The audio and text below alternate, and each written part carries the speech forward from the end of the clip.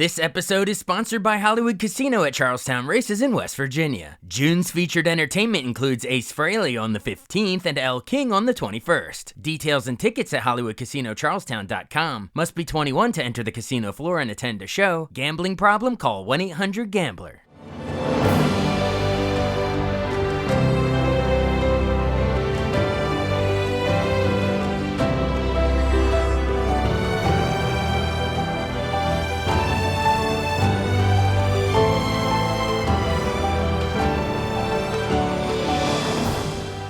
Welcome to the newest episode of Beyond the Fame with Jason Fraley. I'm your host, Jason Fraley, picking the brains of the top filmmakers, musicians, and artists of our time. Montgomery Gentry is marking its 25th anniversary with a Nashville ceremony saluting its hit song Something to Be Proud Of going platinum, as well as My Town and Hell Yeah being certified gold. I spoke with surviving member Eddie Montgomery about carrying on the legacy of the country music duo after the loss of his buddy Troy Gentry, who tragically died in a helicopter crash in 2017. Hey, Eddie Montgomery of Montgomery Gentry. Hey, thanks so much for joining us on WTOP in Washington, D.C.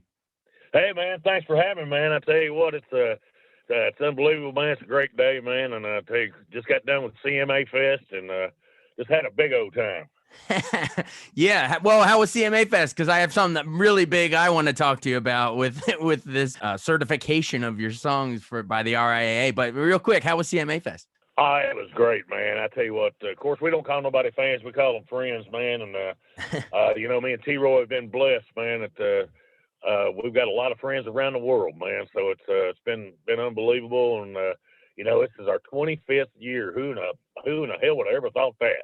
I know, it's hard to believe. I mean, you guys are like the soundtrack of my life, so it makes us all feel old. I can't but I guess because the duo formed in 99, so 2024, it's 25th anniversary now. To me, one of the best country duos ever. I'd put you up with Brooks and Dunn and whoever, all the best. So but hey, we wanted to hop on with you because you just had a cool ceremony just a couple days ago where in Nashville, where the Recording Industry Association of America just gave you a big plaque for your song Something to Be Proud Of. It just got certified platinum. How was the ceremony? Was the plaque heavy? Any tidbits you got from the ceremony itself? I tell you what, it was, I tell you what, it was just unbelievable because they surprised me with it at the fan club party.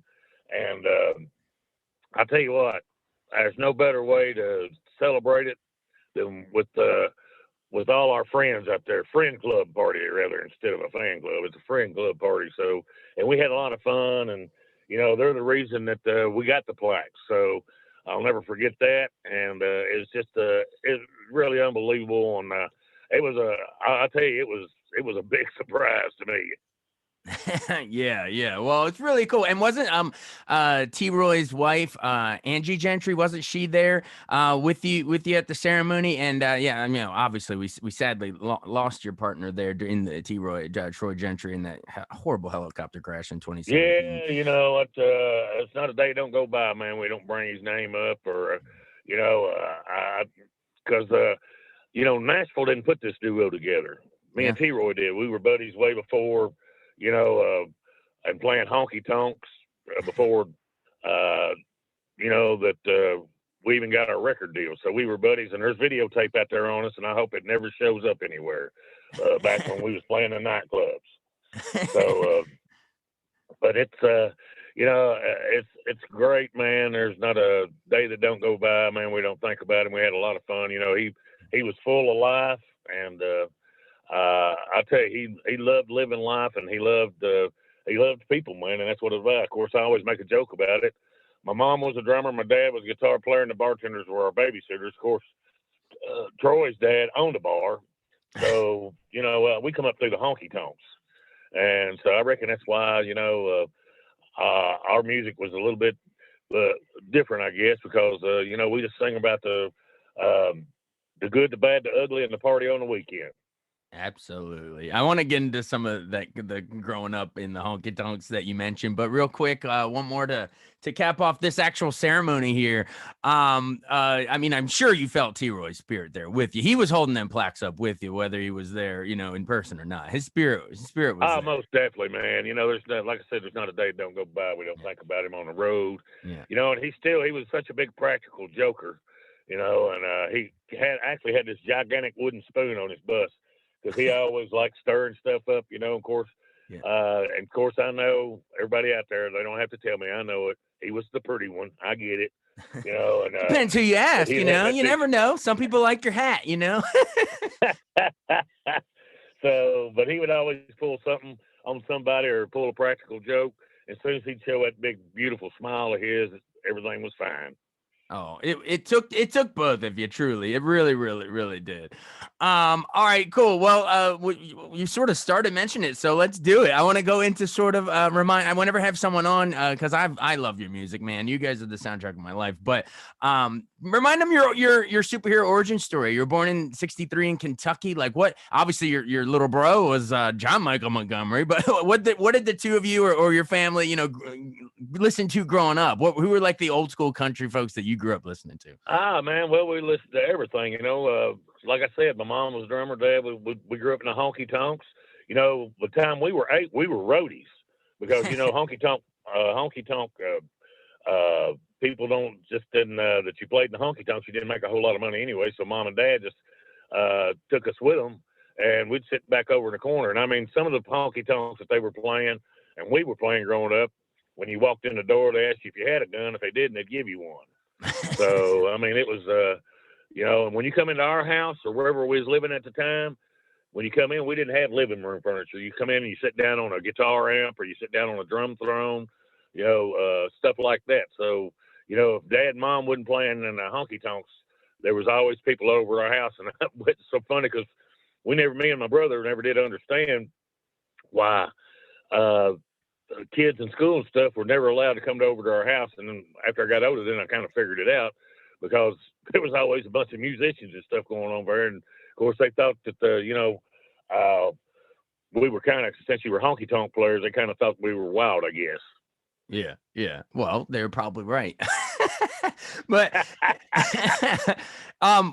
so one more, just moving chronologically. So because I want to get to the moment where you actually formed Montgomery Gentry in '99, because that's what we're celebrating. But if I'm moving chronologically here, because you're talking about growing up, just to fill that gap there, your younger bro, John Michael, burst onto the scene with Life's a Dance in '92. So where are you at this point? I want to know, from your perspective, watching your little brother, you probably played whatever, ball with out in the yard. Suddenly he's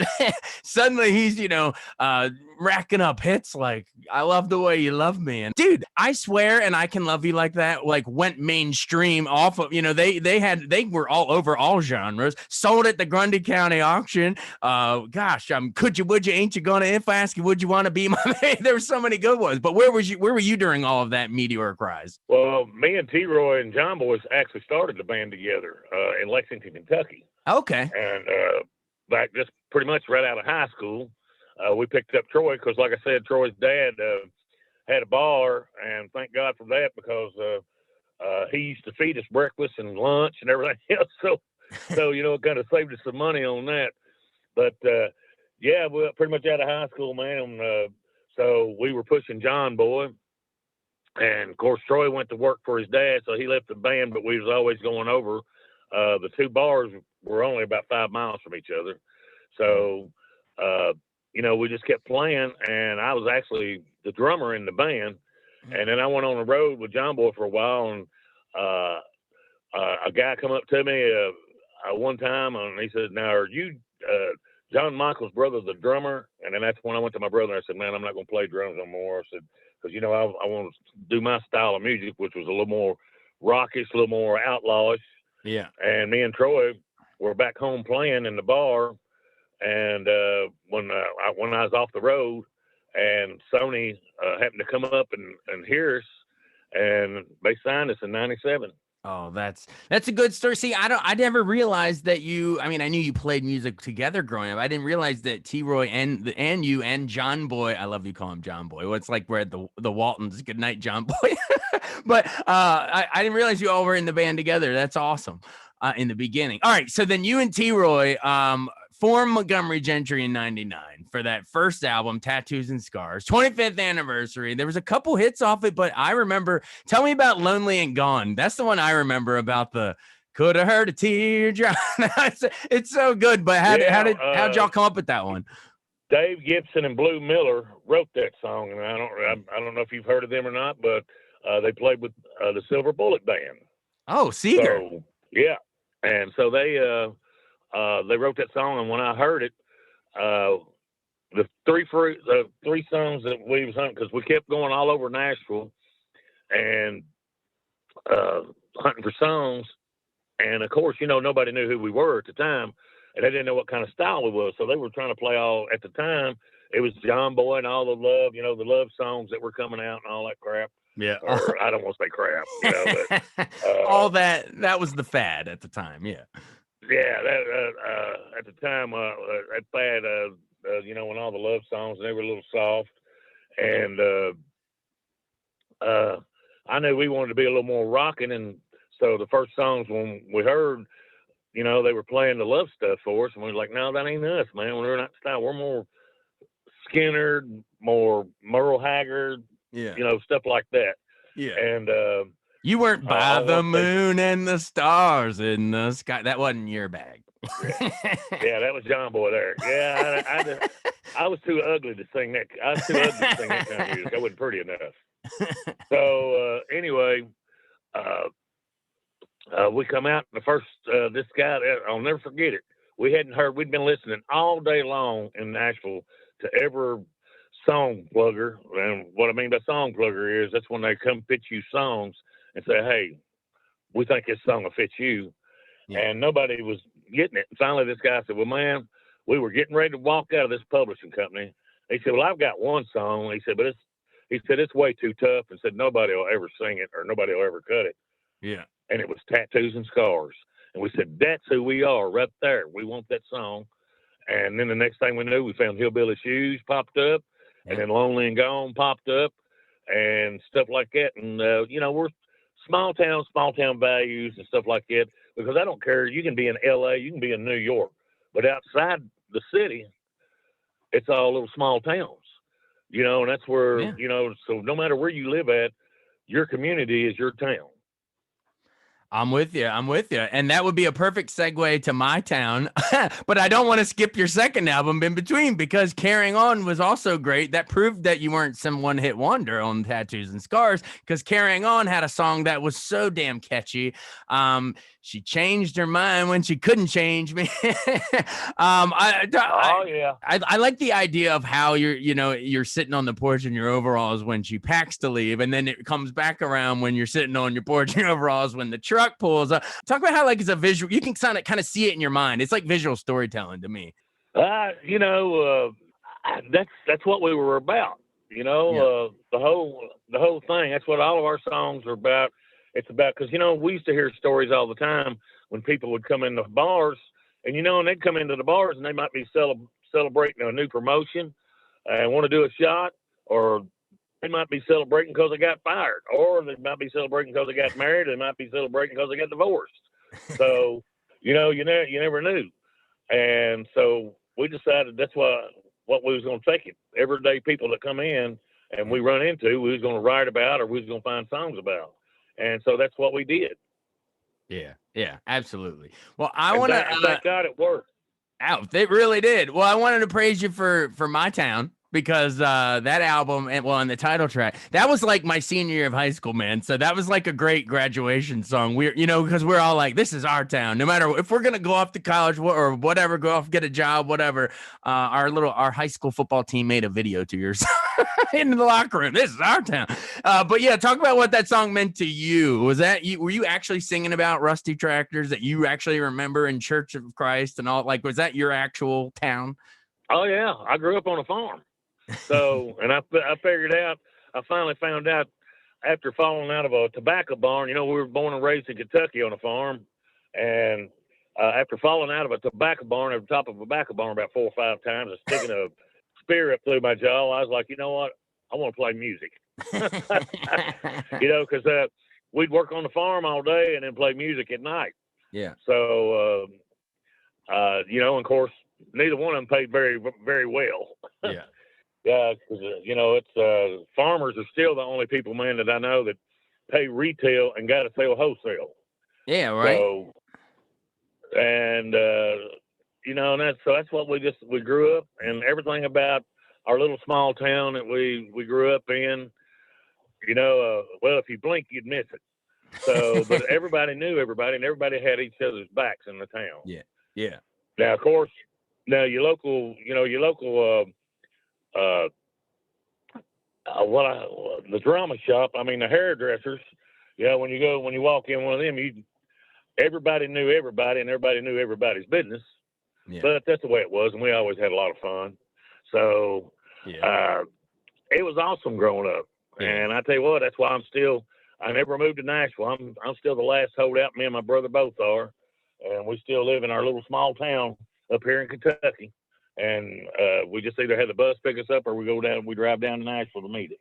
I love it. But that relates to, I mean, you're singing about your small town, but everyone across America hears it and thinks of their little small town. I mean, that's why it works. Well, I think this ceremony, didn't they all, in addition to the platinum, for something to be proud of, that My Town and also Hell Yeah off of that same album, didn't you get gold plaques for both of those too? So why do you think Hell Yeah worked just as well as Small Town? I guess it's that same vibe of people want to go out on the weekend and hear people shouting, any Springsteen. Right? It's just like I said, we sing about the good, the bad, the ugly, and the party on the weekend, baby. That's what it is, and we all know. When you're making ends meet every day, sometimes you gotta let go of that stress. Yeah. So, and I remember when we come out, there's like, man, ain't no radio station ever gonna play that song. Hell yeah, never. Well, look how big it ended up being. It's one of our biggest hits. It just goes to show you can never pick it ahead of time. Sometimes it's just when it hits your ear on the radio that it has a life of its own. Well, we got to get to something to be proud of, but I also want to mention on My Town, Speed. I freaking love that song, man. That is so singable. You know what? How fast can it go? Can it get me over her quickly? When I heard that song, I said, man, I'm gonna cut this song. We took it into Sony, and it was like, nah, y'all ain't going to cut that song. And sometimes you got to give up a little bit, to get a little bit. Okay. So, we kind of met in the middle with the label because, me and T-Roy picked all of our songs. We didn't let nobody pick our songs for us. We wanted to pick them because we knew who we were, and that's the thing about it is we know who we were. Yeah. And we know who we are still. Yeah. And that's the kind of songs that we want to sing. So we fought for that song, and they let us cut it. And of course, it was a big hit. It was so good. All right. Well, we have to. I guess I promise we're not going to go through your whole songbook. We would be here all day, and you've been generous with your time. But we have to. I want to do a somewhat deep dive into something to be proud of. Off of You Do Your Thing. You had If You Ever Stop Loving Me and Gone. They were all huge hits on that album. But tell me a little bit about something to be proud of, since that's the platinum certification we're talking about today. Why do you think it works so well? I mean, it's such a great message. If all you ever did was the best you can, you did it, man. But why do you think it worked? Well, you know what we call it? We called it My Town Part 2. Because that's exactly what it is. Yeah. And this is the greatest country in the world. We can say, we can be, and we can dream as big as we want to in this great country, and we just don't give it up enough for all of our great American heroes. It's true. And we just had D-Day the other day. You think about how many people that gave their lives for this freedom. Yeah. Say, I'm named after my great uncle, Edward Montgomery, which was a 5th Marine that got killed on Iwo Jima. Oh, my gosh. And that's who I'm named after. And so, we forget our freedoms, especially when you go around to all the other countries and stuff, you'll see this is why people are dying to get into America, not get out of it. And that's why this is the greatest country in the world, because of all of our great American heroes. Yeah. I agree entirely. And for all the problems and political bickering that we always have, and it's an intense time right now, but for all of that, I still always will remain optimistic for America. I really will. I love this country to death. We'll get America will work itself out. It's too free and it's too great not to be. It will work itself out. And that some people change is also, it shows the resiliency and how we can grow as a country too, right? Oh, most definitely, man. That's what it's all about. And that's, like I said, we can be and dream as big as we want to in this country, and you can go get it. All you got to, it's out there. All you got to do is reach out there and grab it and pull it to you. Absolutely. If you're willing to work and you've got that desire and you've got that big dream, go get it. Because it's here. This is the only country you can do it in. It truly is. It truly is. Well, I appreciate you. I don't know how I have so many more of your songs to ask you about, but I don't know how much more time you have. If you need to run, you can run. But I guess there was She Don't Tell Me too, off the greatest hits. That's sort of the opposite of, I always thought of that's sort of the opposite of She Couldn't Change Me, because it's like you're doing things because she didn't tell you to. You just want to do it. I always said, I was like, and I told the label, I was like, and T-Roy, I was like, boys, I ain't singing no damn love song. And of course, it kind of stuck. And then I ended up writing one about my wife. So, it's a good one. Go. It's a good message. But I tell you, I love being out there. I love being on stage and just hanging out with everybody. And of course, we were sponsored by Jim Beam for many, many, many years. And we had the Jim Beam bus, and well, we always had a rule: you either got to take a drink coming on, or take a drink going off. So that's your cover charge. A shot of Jim Beam. Yeah, that's your cover charge. You mentioned you wrote that for your wife. You know, the one that my wife and I always sing of yours as we're scraping pennies together, saving, etc. is "Lucky Man." We always quote a few dollars in a coffee can. It's so thank you first of all for just that. Literally, that's like daily inspiration for us. Is look around and be like, Lord knows I'm a lucky man. But yeah. Have you had people come up to you and quote that to you, and just like I did, and say thank you for inspiring us and keeping us going? Man, it's unreal, that song. Like I said, we don't slow it down much, but when we do, we feel like we got something to say. And when I heard that song, man, I just and actually one of my great buddies wrote that song, and when I heard it, I was like, man, I got to cut this song. And I mean, it's as country as dirt, boys. And I love it. And, I sing it every day, every time I get on stage. And it's so funny you say that, because usually I always, I remember when everybody used to talk about, well, that's arena rock. Because when they go when you sing it, just like a Journey song or something, everybody knows the words and they sing along with it. Well, every time I run out, I can be in Walmart. Somebody will either come up and go like, hell yeah, turn it up. Or they'll go, well, I'm a lucky man, or this is my town. So, and that's when, and me and T-Roy talked about it. And somebody asked, I said, well, what do you want when everything's said and done? I said, you know what? Here's how we'll know we done anything at all. As we walk over to a jukebox, and you know this as well as I do. Yep. You walk over to a jukebox, you look on a jukebox, you're going to see a Merle Haggard song. You're going to see a Waylon Jennings song, a Waylon and Willie song, a Bob Singer song, a Leonard Skinner song, and, a Charlie Daniels song. And if we're in between them somewhere, we can look at each other and go, you know what? We've done something. Oh, listen to all the hit songs that we've mentioned just in this brief interview. Like you're bound to have some of those songs on that jukebox or that Spotify playlist or whatever the algorithm is now. But yes, your music will live on forever. Yeah. And to me, Lucky Man should be on that jukebox. But I'm gonna be like Charlie Daniels. I'm gonna keep going, and hopefully, when it's all said and done, I'm coming home on a bus, and I'll go to sleep, and I'll be done, just like Conway Twitty or Charlie Daniels. Yeah, it's where they'll put me in the ground, my town, baby. Yeah, I definitely want to make sure that because I don't want my brother kicking my ass. So yeah. Love songs are not crap. I want to make sure everybody knows that. Oh yeah. So I don't get nobody pissed off, and I don't want no bad letters and stuff coming to me. But I am, because my brother John Boy kicked my butt, and so will my wife. He's gonna listen to this and come call. No, we will make sure. By the way, yes, I am a huge fan of your brothers, and I know you are too. And so, yes, no shade on the great John Michael Montgomery. I could sing his songs all. Yeah, it wasn't all. He had fast stuff too, man. Hey, pretty lady, won't you give me a sign? I mean, come on. What's so wild about it is all these years we never did tour together, and just in the last couple of years we started doing some show dates together.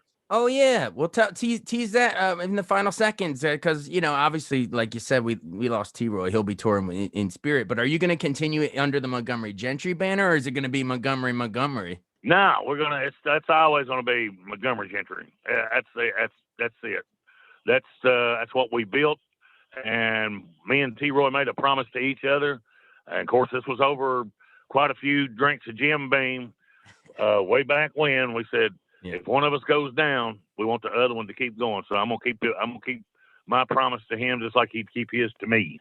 Oh, that's great. That's great. But and by the way, you mentioned John Michael. So where I just want to follow up on that. Where are you guys touring? I'm trying to, if I want to tease our listeners to look at what you got coming up. You said you and your brother might be doing some shows. Yeah, we've already done a few together, and it works out real well for some reason. And so. The crowds are huge, and it's a really great time, man, with all his classic hits, all of our stuff, and it just seems to go together. And plus, we have a big time. We like to aggravate each other on the road anyway, so it's a lot of fun. And I hope we get to do a bunch more. I'd like to actually. We're actually getting ready to go in the studio and cut a song together. So I can't wait to get all that done. And we'll see everybody out there on the road somewhere.